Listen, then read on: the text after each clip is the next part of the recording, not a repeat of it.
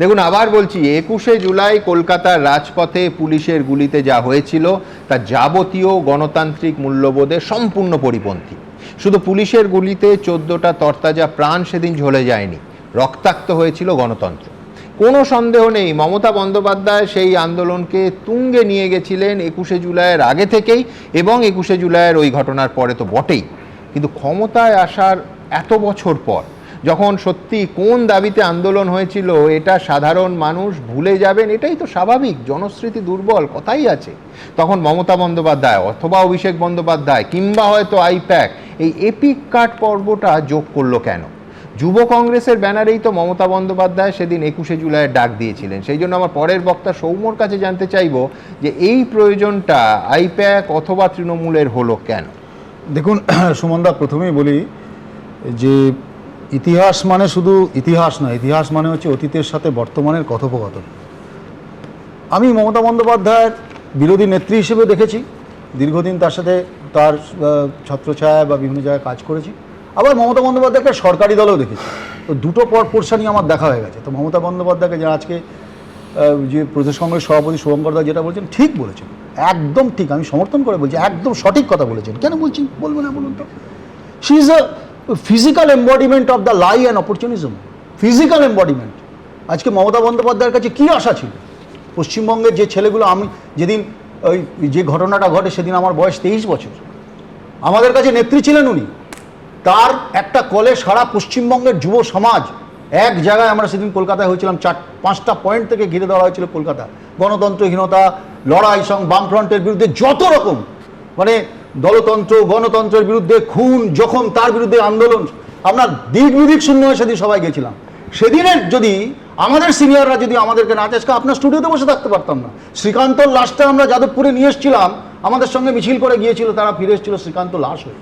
আমরা সেদিন metro cinema হলের ভেতরে, আজকে সিনিয়ররা আমাদের যদি না ঢুকে দিত আমরাও থাকতাম না, এই আপনার স্টুডিওর সামনে কথা বলতে হতো। এরকম আপনারা দেখছেন 13 জন 14 জন মারা গেছে, হাজার হাজার ছেলে পঙ্গু হয়েছে, হাজার হাজার ছেলে চোখ গেছে, হাত গেছে, ভেঙেছে, মারা গেছে।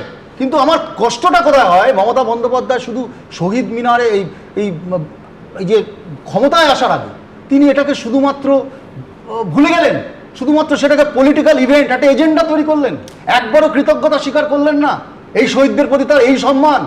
যে মনীশ গুপ্ত, আজকে দেখুন উনি এই মনীশ গুপ্ত হলফনামায় কি বলছেন? তার আগে একটা মামলা হয়েছিল 2011 সালে, একদম আপনি বলুন, মামলা হয়েছিল। মনীশ গুপ্ত কি বলেছেন হলফনামাতে? যে আমরা যারা সেদিন যুব কংগ্রেসের কর্মীরা, কংগ্রেস কর্মীরা সেদিন আন্দোলনে গিয়েছিলাম, আমরা উন্মত্ত ছিলাম, নেশারু ছিলাম, আমরা মদ খেয়ে গেছিলাম বা নেশা করে গিয়েছিলাম। সরকারকে রিপোর্ট দিয়েছিল, সরকারি রিপোর্ট দিচ্ছে। সেই মনীশ গুপ্তকে 2011 সালে যাদবপুরে প্রার্থী করছেন মমতা বন্দ্যোপাধ্যায়, সেই মন্ত্রী করেছেন, বিদ্যুৎ মন্ত্রী, তারপরে রাজ্যসভা সাংসদ করেছেন মমতা বন্দ্যোপাধ্যায়। একবার এই যে শুভঙ্কর সরকার বলেছেন, ঠিক বলেছেন, ওনার পাপের প্রায়শ্চিত্ত করা উচিত। আজকে লজ্জা করছেন না? সুশান্ত চ্যাটার্জি কমিশন 2012 সালে তৈরি হয়, এতগুলো ছেলের রক্তের লাশের ওপরে সেই কমিশন গঠন করে 23শে সেপ্টেম্বর 2019 সরকার রিপোর্ট দিয়েছে। আপনি বলুন, একটা লোকের কোমরে দড়ি পড়েছে? একটা পুলিশ? হ্যাঁ, আমি আপনাকে বলছি, মমতা বন্দ্যোপাধ্যায় যে যতগুলো ঘটনা ঘটেছে আপনি দেখবেন, নন্দীগ্রাম এবং খেয়াল রাখতে হবে, বুদ্ধদেব ভট্টাচার্য নিজে সেই কমিশনে গিয়ে সাক্ষ্য দিয়েছিলেন, 4 দিন বলেননি যে আমি আজকে যাব না। একদম, শুধু তাই নয়, এই যে এই এক একটা কমিশনকে বস্তা পচা করে হাজার হাজার কোটি টাকা খরচা করেছেন, তাদের একজনেরও শাস্তি হয়নি। আমরা মনীশ গুপ্তর শাস্তির জন্য আমরা বর্তমান সরকার, আমরা সরকারের মুখ্যমন্ত্রীকে বলেছি, করুন, তদন্ত করুন, বেরিয়ে আসুক, আমরা জানতে চাই। সেদিন যখন 13 নম্বর লাশটা নিয়ে মর্গের সামনে দাঁড়িয়েছিলাম আমরা, মমিনপুর মর্গ, পিজি হাসপাতালের মর্গ থেকে 13 নম্বর লাশটা নিয়ে যে লোকটা গেছিল তার নাম প্রিয়রঞ্জন দাসমুন্সি। ভুলে যাবো কি করে তার সেই ছেঁড়া পায়জামায় রক্তের দাগ? কেমন করে ভুলে যাও? সৌগত দাদা আজও বেঁচে আছেন।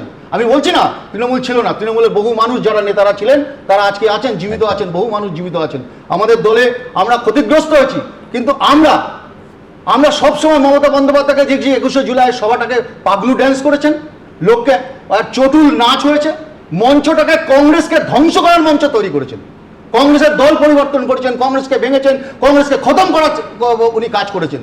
মমতা বন্দ্যোপাধ্যায় শহীদদের প্রতি 2011 সালের পরে কোনো শ্রদ্ধা দেখানেন, পারতেন, উনি এর তদন্ত করতে পারতেন, করেননি 15 বছর, কারো দড়ি পড়েনি, কাউকে শাস্তি দিতে পারেনি। Mamata Bandyopadhyay is a physical embodiment of the life and opportunism.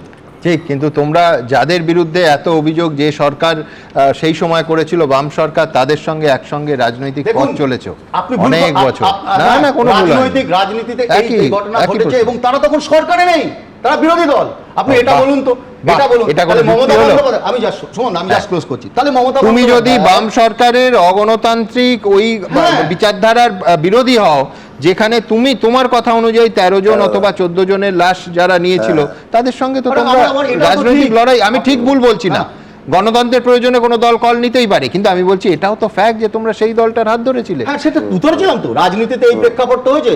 বিজেপির বিরুদ্ধে আন্দোলন করতে মমতা বন্দ্যোপাধ্যায় বিজেপির সরকারের মন্ত্রী হননি 4 বার। আপনি বলুন এই পশ্চিমবাংলায় এ প্রশ্ন তুমি সিপিএম এর করতেই পারো। হাজার হাজার ছেলে, হাজার হাজার নেতা মন্ত্রী করেননি? রেজ্জাক মোল্লারা ভাষণ দেননি ওই মঞ্চে দাঁড়িয়ে? ওই মঞ্চে শওকত মোল্লারা বসেনি?